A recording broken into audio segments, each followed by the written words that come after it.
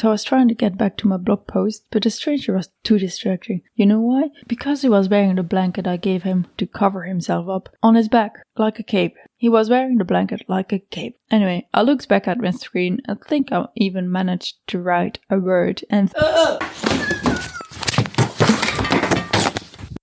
This is Nadec, my adventure, written down in a better way than I can tell it.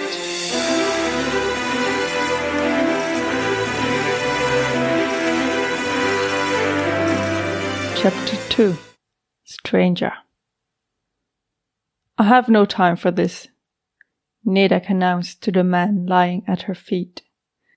He was looking up at her, eyes wide, lips parted. I'm already past my deadline. Kitty detached his claws from her shoulder and jumped off, sniffing at the stranger's bare knees. Nadec grabbed her halberd from her back, detaching it with ease from the magnet, causing the safety cover to pull back. While she did this, she saw all the pink blood on her hands and clothes and uttered a long and solidly vulgar curse. I should take a shower first, she muttered. She glanced at the man. He had pushed himself to a sitting position but still looked dazed. He better not vomit. She'd only just gotten her carpets cleaned. A trip into the muddy marshes had made that a necessity. Remembering the first time she'd skipped, she did feel sympathy towards him. Whatever he had to endure from the slurps probably only added to his feeling unwell. Being on the brink of getting eaten can be an upsetting situation. She couldn't feel too sorry for him, though it was his own fault. He shouldn't have grabbed her ankle and then he wouldn't have skipped along. Her assigned job had been to merely eliminate the slurps and free the captive. Her brows drawn down, she took a blanket off her couch and tossed it to him. Here, at least cover yourself up. You can have a shower after I've finished. His eyes glazed over and narrowed. He mouthed something. Nadec was pretty sure it was the word shower. She ignored him, grunted again, and walked towards her bathroom. Despite the urgency she still felt, she did take a moment to pat Kitty on the head and tell him to keep an eye on the stranger. There's always time for cat cuddles. Always. The quick shower did wonders for her mood. She straightaway went to work on her blog afterwards, trying to explain to the stranger how the shower worked and everything else would be too tedious, so she didn't bother, for now. She worked on her blog, but watched the stranger from behind her desk. The large open space containing the lounge room, kitchen and dining area made that easy. A mild annoyance at herself for watching him more than actually typing words didn't stop her from doing it. He was too amusing. He had draped the blanket on his back like a cape, completely missing the point of needing to cover him up. He'd been walking around the room slowly, head high, stopping at every little thing and looking at it several minutes apiece. Nadec decided that he was easy on the eye, very easy even, especially considering what an average person of the other realm looked like. Her eyes kept drifting back towards his uncovered body. Definitely much better than what the slurps had to offer. She snickered quietly. Even in modern-day standards, this man would hold up very well compared to other men. Dark hair falling in waves to his shoulders, unshaven chin and cheeks, something between stubble and a beard. Tall, lean, obviously muscled in all the right places. A warmth spread from the middle of her tummy. She quickly averted her eyes and stared back at the computer screen. A feline squeal, a male scream, and a clattering sound made her look back at the man again, all senses alert. He had stumbled back from the window, tripped over her cat, knocked over her side table, and rolled over the back of the couch, hitting the large table so hard with his forehead that the wood made a creaking echo. Or maybe that was the sound of his head splitting open. Rolling her eyes, she looked back at her computer screen, scowled at the 10 words she'd written, and got up with a sigh. After fetching her first aid kit, she knelt next to the stranger. "All right, fellow, let me see."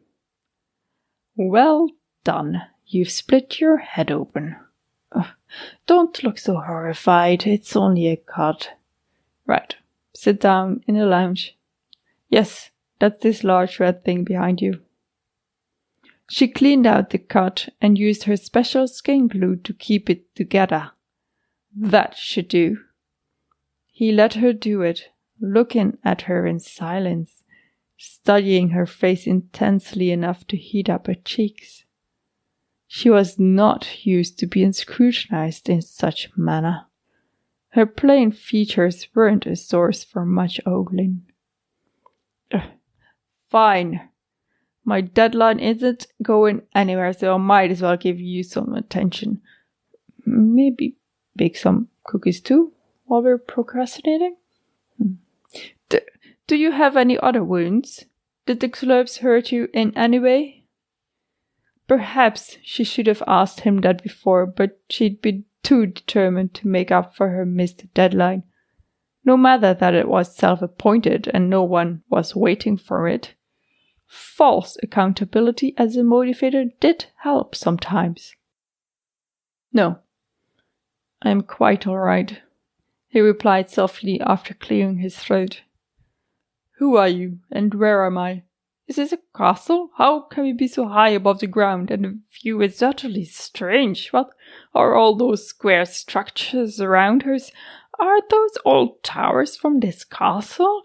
It looks to be in a proper disarray, and I cannot believe you have glass in all of the windows, and what is the point of having so many? That does not look ideal for defense. I still cannot fathom how can we be so frighteningly high. What were the colorful moving objects on the street, for that matter? Were they streets? They did not look like dirt at all. They appeared dark and hard. How is that possible? I saw a multitude of strange things, too many to name. For instance, what was the point of the tall poles?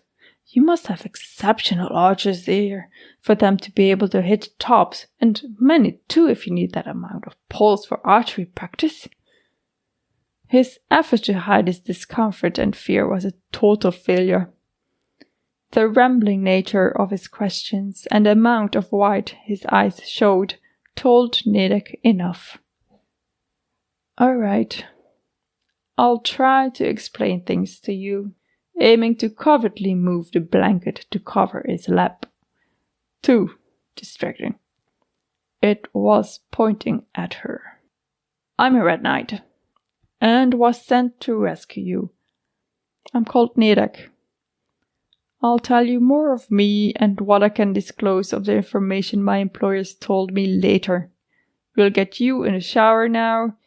That will make you feel better. But first, tell me who you are, where you come from, how the gloves caught you, and why I've been sent to free you." The stranger pulled himself up, sitting as straight as possible, his chin lifted up slightly. The blanket shifted again, causing Nadec to sigh. His posture reminded him of royalty characters from fiction books. "I am Pagerin Oilope Donosely, ruler of Parallelo, master of the squares, defender of the triangles, chief of all lines, bearer of the wooden water crown." Not knowing whether to swear again or to stare, Nadec burst out in gales of laughter. You have been listening to Nadec, Chapter 2, Stranger. Narrated by myself, Nadec. Adventured by and Lived Through by Nadec. Written in a better way than I can tell it by Astrid Jeff. Don't go just yet. We've got bloopers coming up. Before we get to those, we just want to say that if you head over to astridjeff.com, you can find transcripts and full chapters of this podcast. Even more, you can find the unedited draft of Nadec at least up to 15 chapters further than the podcast goes. So, if you're keen to know how the story continues, you have the option to go and read. Find us on Twitter at AstridJeff and at Nadec and Kitty. If you like this show and would like to support it, a good way to do that is share it around to everyone you know. An even better way is to rate and review it on iTunes or whichever podcatcher you use. Don't forget to follow the show or subscribe for free. Despite the urgencies, trying to explain to the annoying, then what she snickered, knocked over her side table at her computer. She cleaned out the cut and used her special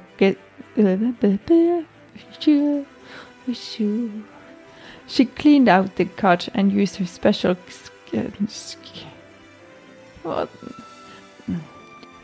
sitting as straight as he was looking up at her. Okay, start again. Causing the safety. Oh shit. A mild annoying.